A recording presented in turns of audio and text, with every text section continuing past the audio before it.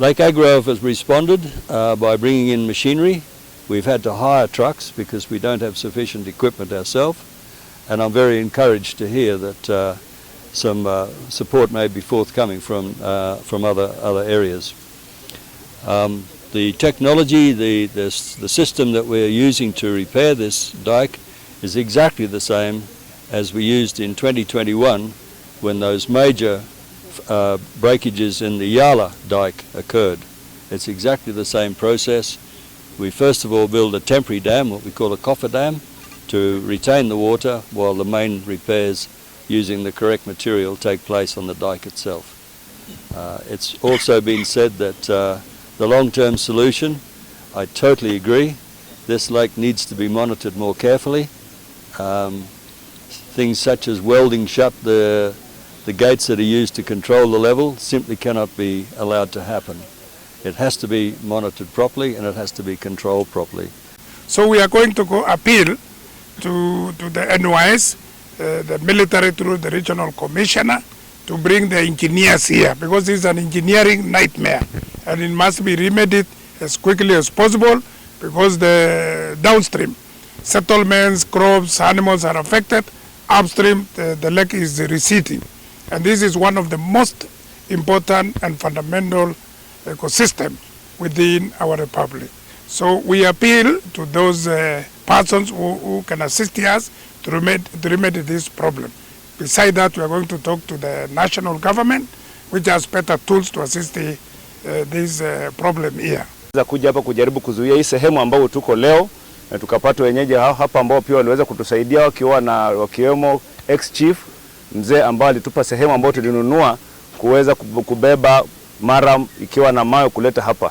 But unfortunately wakati tulikuwa tunafanya hiyo kazi hatukuweza kufaulu vizuri, kwa sababu wakati tulikuwa tunafanya the environment was very hostile, being that hii maji ilikuwa imeaffect maboma mengine the other side of the Lake Kanyaboli, so the environment was hostile.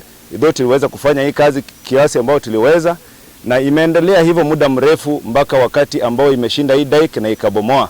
So kufikia leo ward ya Bunyala Central na Bunyala South zimekuwa affected kabisa. Chakula, mahindi ambao tayari imeanza kuweka na marego ambao imekomae yote imefunikwa. Maboma na mashule imefunikwa. As we speak, watu wana mahangaiko makubwa sana. Bila kupata suluhisho hapa, hakuna vile tutaweza kuwa na sehemu ya kulima na hata maboma itazidi kuwa affected. So ni lazima serikali yetu kuu ijitokeze kutusaidia, kwa sababu sisi hatuna nchi nyingine isipokuwa Kenya. Na tunajivunia kuwa wa Kenya, tutaendelea kujivunia kuwa wa Kenya, serikali pia ikiweza kutuokoa. There is a disaster that has come up. The Oxbow Lake here overflowed its banks and some of the dikes that had been put there earlier, and you can see it has cut there and created another very rapid river flow. And those who know how Oxbow lakes are formed, you understand when river changes course.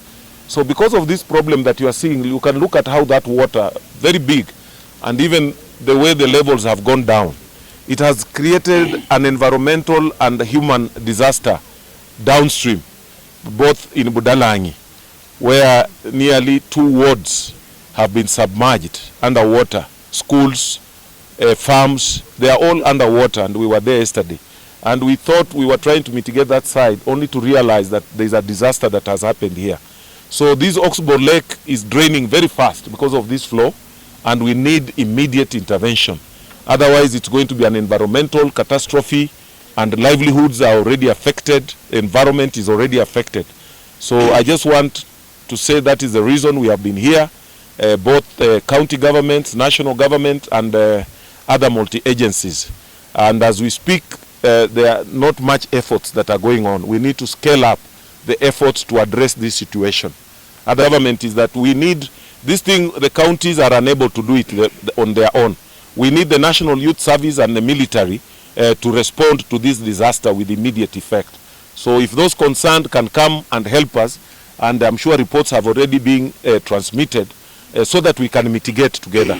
So if we can have the National Youth Service and the military, it will really help us to try and save livelihoods down there, and even to save this lake. Like you have seen, the water has really gone down, and we don't know what the environmental catastrophe that it will be. So all government agencies involved, we are calling them for immediate remedial measures, which you have said is to block this place, and regulate the flow of water, and then the long term on how we can make sure that such a disaster does not happen again.